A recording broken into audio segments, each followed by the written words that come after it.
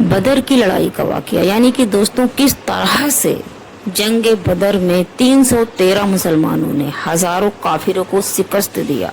हुजूर नबी करीम सल्लल्लाहु अलैहि वसल्लम ने अल्लाह रब्बुल इज्जत से क्या दुआ की थी और किस तरह से मुसलमानों ने काफिरों को शिकस्त दिया, इसका पूरा वाकया आज मैं आपके सामने बयान करूंगी। दोस्तों अस्सलाम वालेकुम। दोस्तों जंग बदर की लड़ाई का वाकया पूरे मुकम्मल तौर से आज मैं आपको बयान करूंगी। और अगर आप नए हैं, अभी तक आपने मेरे चैनल को सब्सक्राइब नहीं किया तो आप मेरे चैनल को सब्सक्राइब करके मेरी वीडियो को लाइक शेयर एंड कमेंट्स करें। दोस्तों चलिए शुरू करते हैं कि जंग बदर में 313 मुसलमानों ने किस तरह से जंग को फतेह किया था।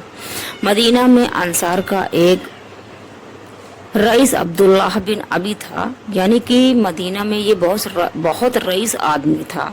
अंसार चाहते थे, यानी अंसारी लोग चाहते थे कि इसको अपना बादशाह बना लें।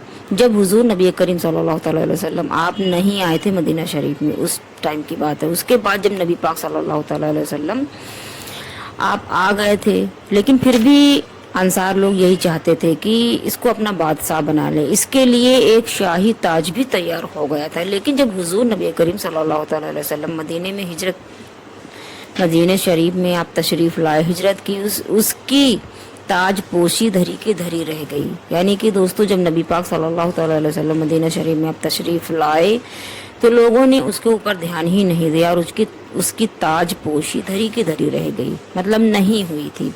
क्योंकि सब अंसार जितने भी मुसलमान थे सब हुजूर नबी करीम सल्लल्लाहु अलैहि वसल्लम की तरफ मुतवज्जो हो गए, यानी कि नबी पाक सल्लल्लाहु अलैहि वसल्लम की तरफ हो गए। आपको बहुत ही इज्जत से देखने लगे क्योंकि आप सच और हक थे और आप अल्लाह के रसूल हैं। ये देखकर अब्दुल्लाह बिन अबी जल कर कबाब हो गया और हुजूर नबी करीम सल्लल्लाहु अलैहि वसल्लम का दुश्मन बन गया। और इसी की वजह से, अब्दुल्लाह बिन अबी की वजह से ही ये जंग बदर की लड़ाई शुरू हुई थी। मक्के के काफिरों को अब्दुल्लाह बिन अबी ने मक्के के काफिरों ने अब्दुल्लाह बिन अबी और मदीने के यहूदियों को खत लिखा कि अगर तुम मोहम्मद सल्लल्लाहु अलैहि वसल्लम को कत्ल कर दो तो हम तुमको मुंह मांगा इनाम देंगे। मुसलमानों को इसकी जब खबर हुई, इसका इल्म हो गया, वो रात दिन हुजूर नबी करीम सल्लल्लाहु अलैहि वसल्लम की हिफाजत करने लगे क्योंकि आपको कोई नुकसान ना पहुंचा पाए। आखिर खुदा की तरफ से जिहाद का ये हुक्म आया, यानी कि अल्लाह का हुक्म आया उन लोगों से, अल्लाह के लिए लड़ो जो तुमसे लड़ते हैं या लड़ना चाहते हैं। यानी कि अल्लाह का हुक्म था कि तुम उनसे लड़ो जो तुमसे लड़ना चाहते हैं या लड़ रहे हैं। ये हुक्म सुनकर हुजूर नबी करीम सल्लल्लाहु अलैहि वसल्लम ने भी मुसलमानों की हिफाजत का सारा सामान करना शुरू कर दिया। यानी कि हिफाजत के लिए आपने शुरू कर दी कि कैसे क्या करना है। हिजरत के 2 साल बाद, यानी रमजानुल मुबारक के 2 हिजरी में हुजूर नबी करीम सल्लल्लाहु अलैहि वसल्लम को इत्तला मिली कि अबू सुफियान शाम के मुल्क से तिजारती काफिले के साथ बहुत सारा जंगी सामान भी ला रहा है ताकि उससे मदीने पर हमला कर दिया जाए। ये इत्तला मिलने पर हुजूर नबी करीम सल्लल्लाहु अलैहि वसल्लम ने मुनासिब समझा कि इस जंग असबाब को मक्के जाने से पहले ही रास्ते में रोक लिया जाए। यानी कि दोस्तों जो जंग का सामान आ रहा था, नबी पाक सल्लल्लाहु अलैहि वसल्लम ने सोचा कि मदीने पर हमला होने से पहले ही आप उसको रास्ते में ही रोक लें।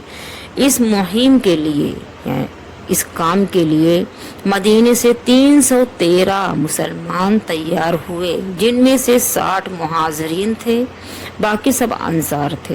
हुजूर नबी करीम सल्लल्लाहु अलैहि वसल्लम मदीने से 80 मील दूर बदर नामी एक गांव में पहुंचे तो मालूम हुआ कि अबू सुफियान तमाम जंगी सामान बचा कर ले गया। अलबत्ता मक्के के 1000 काफिर जंग करने के लिए आ रहे हैं। नबी पाक सल्लल्लाहु अलैहि वसल्लम को ये खबर मिली। अगर आखिर रमजानुल मुबारक की 17 तारीख को बदर के मैदान में दोनों फौजें आमने सामने हुईं तो हुजूर नबी करीम सल्लल्लाहु अलैहि वसल्लम ने दावे के लिए हाथ उठाए और बड़ी ही आजिज़ी के साथ अल्लाह रब्बुल इज़्ज़त یعنی کہ اللہ تعالیٰ سے عرض کیا، یعنی آپ حضور نبی کریم صلی اللہ تعالیٰ علیہ وسلم نے اللہ سے دعا کی، یا اللہ یہ قریش بڑے غرور کے ساتھ آئے ہیں تاکہ تیرے رسول کو جھوٹا ثابت کر سکیں، جھوٹا ثابت کریں، اے اللہ بس اب تیری مدد آ جائے جس کا تو نے مجھ سے وعدہ فرمایا تھا۔ مولا کریم اگر آج یہ مٹھی بھر جماعت ہلاک ہو گئی تو اس زمین پر تیری عبادت کے لیے عبادت کرنے والا کوئی نہ ہوگا۔ یہ دعا اللہ رب العزت سے حضور نبی کریم صلی اللہ تعالی علیہ وسلم نے کی تھی۔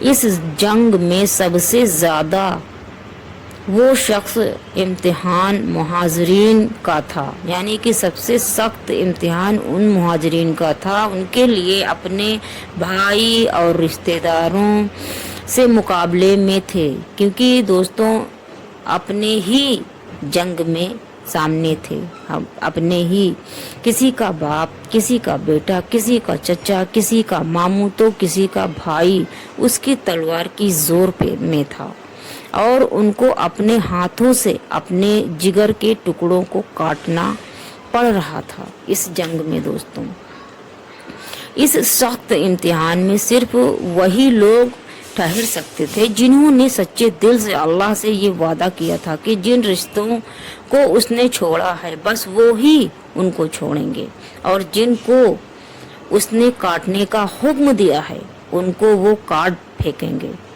چاہے وہ کتنا ہی قریبی عزیز کیوں نہ ہو۔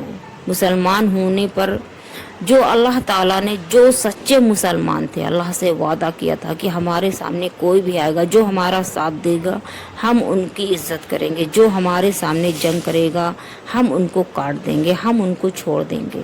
اس کے ساتھ ہی انصار کا بھی امتحان کچھ کم سخت نہیں تھا، یعنی کہ انصار کا بھی امتحان کچھ کم نہیں تھا بدر کی لڑائی میں۔ دوستوں اب تک تو مکے کے مشرکین کی نظر میں ان کا جرم صرف اتنا ہی تھا کہ بس اتنا جرم ان کا یہی تھا کہ انہوں نے مکے کے مسلمانوں کو اپنے یہاں پناہ دی تھی، لیکن اب تو وہ کھل کر اسلام کی حمایت میں کافروں سے جنگ کرنے کے لیے نکل آئے تھے۔